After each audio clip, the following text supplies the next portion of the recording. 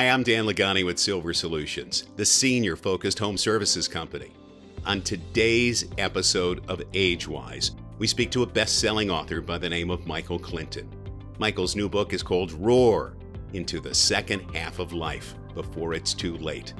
He's a really wonderful poster person for all things interesting as you continue to grow older and making certain that you're doing everything in your power to make the most of all of your years. We covered so many topics when we sat down a couple of weeks ago.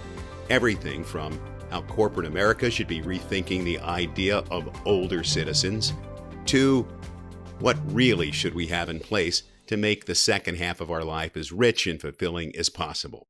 So sit back and enjoy this episode of AgeWise with Michael Clinton. Michael Clinton, thanks so much for joining us today on AgeWise. Dan, it's great to see you. Thanks so much for the invitation. I'm happy to be here. Yeah. And so by way of full disclosure, I was doing this math the other day. Michael and I have known each other for quite some time. We originally met, and it's scary for me that this many years have passed, in the mid-90s. So what a treat to see not only what you've done professionally throughout your media career, but it really excited and loved the book. So let's jump into it. What was the motivation and inspiration for writing Roar? Well, Dan, when I was getting ready to step out of my day-to-day as a magazine publishing professional after 42 years, and I was thinking about the future, everything that I was reading and seeing in my research was about winding down. And, I wanted to flip the equation and say, we have an opportunity, all of us, to wind up. Because if you're 60 or 65 and you're healthy, you're gonna have the opportunity to live another 25 years. So that's a lot of time. In a former generation, when you were in your mid 60s, you were sort of at the back end of your life. Now there's a whole other chapter that you can have. Throughout the book, instead of retire, you use the word reFIRE. Talk a little bit about that. Yeah, well, there are so many words that limit us that are sort of, I call it part of the old script.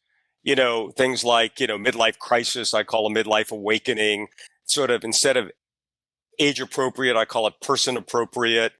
And reFIRE is the way to think about how you might pivot after you're done with your first career, or you're done, with your first, it might be after you've raised your kids and you're in that phase of your life. But refiring is always a way to think about how to have a positive future and move it forward. You mentioned this notion of refiring and first careers. Let's talk a little bit about yours, because you've had a couple of steps along the way. Where did you start out? Yeah, well, I was, a kid from Pennsylvania, as you mentioned, who came to New York with $60 in his pocket and a couch to sleep on for 2 months, and a desire to get into the publishing world. And I did it from the bottom up, literally, and worked my way up, and was very fortunate, as you know, to become the president and publishing director of Hearst Magazines. And so I had a really great career for someone who had no contacts and, came to the city. What's interesting is the world that we focus on, which again is largely around older adults in industries that serve a wide range, from healthcare to the living needs for older adults. There's a massive need for employees, as there is in many parts of the economy right now. Is there a role, in your view, for an older adult that wants to stay in corporate America? Or is the concept behind Roar, the reinvention is leaving corporate America? Where do you fall on that spectrum? Well, I think it's got to be both, because one of the things that I say in the book is, in my last year as an executive, I promoted a 70-year-old woman who was a very competent professional and wanted to continue to work. So I think that, corporations are going to have to rethink this. So if people want to work in their job, in their career, into their 60s and 70s, then we have to accommodate that in the construct of policy and organization. So that's one side of the equation. But the other side of the equation is that if you're 60 or 65 and you've decided you're kind of done with your career and you want to do something else, you should have that option too. And there are a lot of great stories in the book. I mean, there's one great story I love telling of a woman who was in her 50s.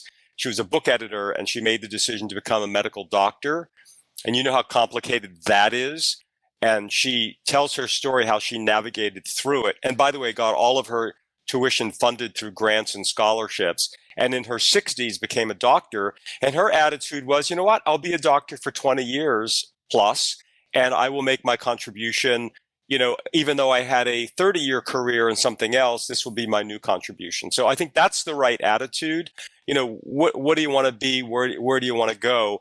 And whether you're in your 60s or 70s or even 80, there's lots of ways you can retool to think about what you might contribute and how you might play a meaningful role. In the book, you reference something that I didn't know about you and I'd never heard of before, which was the Journal of Positive Psychology.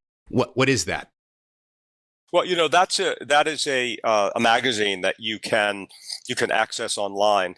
But I think part of the idea of positivity is something that I learned as a young boy from my grandmother, quite honestly. And that led me to think about how those of us who have the positive attitude, positivity brings positivity. And so, I've always been this half glass full, half overflowing kind of person.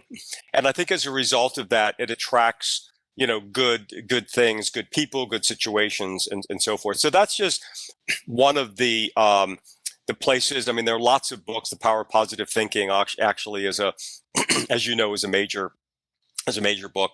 But I think it can't be underestimated, the importance of a positive outlook. What's interesting, though, is you seem to somehow balance it with not being Pollyanna, right? Because you have two other things that struck me, which was an outlook of you're going to die broke and you need to embrace the inevitable.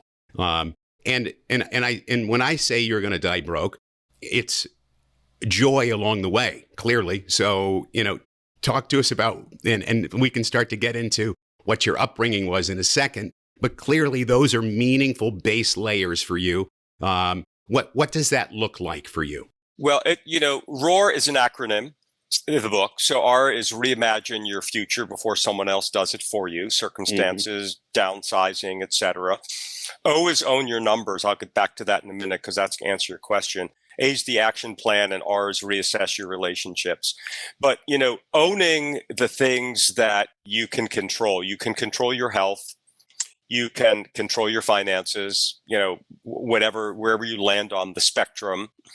You can control that, in fact, you are going to have an end game someday. And so how do you prepare yourself for that? And Die Broke is actually a great book that was written that if you live a full life, and, many philanthropists, from the past generations believed in this, that your last dime should be to bury you. And, Carnegie was really, a big believer in this and wrote about that. So when we say die broke, it is put that money to good use while you're alive. Talk about your childhood. You said something in the book, just through the lens of your mom, that at one point she was a nun, and later in life, not only was she a mom, but she became a travel agent in her 60s. So what was her influence on you? Well, it's my mother was quite an amazing human being. She was the perfect mother, and I have a great father as well. My mom's no longer with us, but my mother, she had started out as a nun, and then, long story, she left the convent, married, had 6 children, basically was a homemaker. We were a poor working class family. I mean, my father was a laborer. I mean, there was no money. There was no education in the family history. It was, fairly bleak. I was the first one to go to college. And so it was, I've been blessed to have that experience, and the rest of the family is now in a very different place. But when my mother was in her late 40s, my brother and I sent my parents to Europe for their honeymoon, for their anniversary. They probably never had a honeymoon, so it was probably like a belated honeymoon. And my mother came back and had this epiphany that she loved the experience because she was a high school graduate, and it gave her a huge amount of experience with art and history and so forth. So she went to a local travel agency and said, "Listen, I'll work for free for a few months, and if I'm good, will you hire me?" And to make a long story short, she became a travel agent and reinvented herself in her late 40s and did that for 20 some years and traveled the world and had amazing experiences. So she was a great example of someone who really had nothing, who created something for herself and ultimately for her family. And Whether it was through your mom or your dad, what are your own insights about being a good son, a good child, and helping your parents navigate their older years? Because it's a critical part of what we work with in our own company on a day-to-day basis. The role of adult children can't be underestimated in any way, shape, or form. So what are some of the most important takeaways that you can share to help ensure that your mom, your dad, loved ones, a good neighbor are making the most of the second half of their lives? I think there is now and there is what will be. And I think the thing of what will be is, and you know this all too well, aging at home, living longer at home is a very big topic. And technology and advances in medicine and home care are ways that people can extend their stay in their own home. And I think that's going to become a very big trend in the next decade or two, especially with all of those who have the assets to do it, as I mentioned earlier. So I think that is a big part of what we're going to see have happen. What are the three most important takeaways to live a rich and rewarding second half of your life for someone that's contemplating reading your book? What would you like them to focus on? Great question. One is be true to yourself. There are many people who feel that when they're at midpoint, 50, 60, the world has passed me by, life has passed me by, I never did this, I never did that. Be true to yourself, A. Two, it's never too late.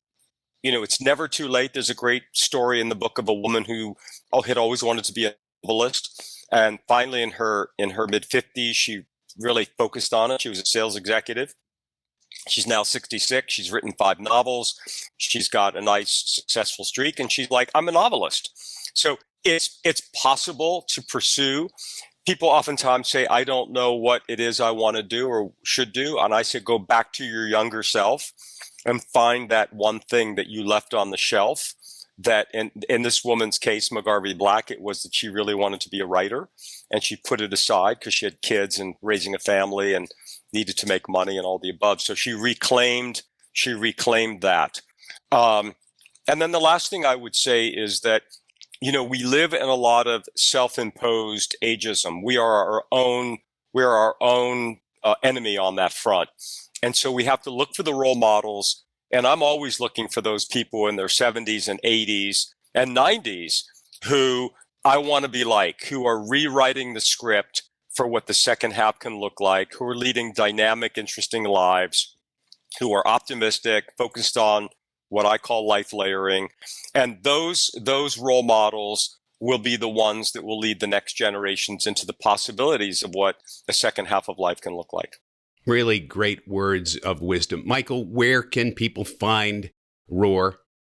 I'm so glad you asked that. It is, on every platform. So it is in print, Kindle, Audible. I, in fact, read the book on Audible, as you mentioned earlier. Amazon, independent bookstores, Barnes & Noble, wherever books are sold. We've been very lucky. We sold out the first printing. We hit bestseller status. It is in a second printing now, with paperback to come in the fall. So I think I've hit a nerve, Dan, with just the topic, because I think think about this. In 2030, 1 in 5 Americans will be 65 or older. And so this is a huge cohort of people moving into this phase of their lives. And they're looking for ways to be rethinking how they're going to live those lives. And so it's a very big subject, not just in our country, but globally, at the aging of the world in general. And so I think there's a lot of interest in how people can do it in a dynamic way. Michael Clinton, the author of the new book, RoAR, Into the Second Half of Your Life. We could go on for hours. There's so many different topics that we didn't get to that I'd love, but thank you for sharing time with us today. And it really was a treat. I didn't know that you were narrating the audio version of the book, and that's what I bought, and I listened to it. And, for me personally, it's always just so much more personal when the author also has a voice where you can hear their voice literally as well as just their words. And it was great. So thank you for joining us today. And thanks for being our guest and for making us a little smarter about getting older, even though you don't like that phrase, and a little wiser about all the things that we can all continue to do to keep our lives rewarding as we get older. If you like this episode of AgeWise, please share it with a friend. If you want to hear back episodes of AgeWise, you can go to silversolutions.com and click on the video tab, or you can go to Apple Podcast and subscribe to AgeWise. For all of us here at Silver Solutions who work hard every day to keep you and your loved ones safe and healthy as you grow older, thanks so much for joining us. I'm Dan Lagani. I'll see you for our next episode.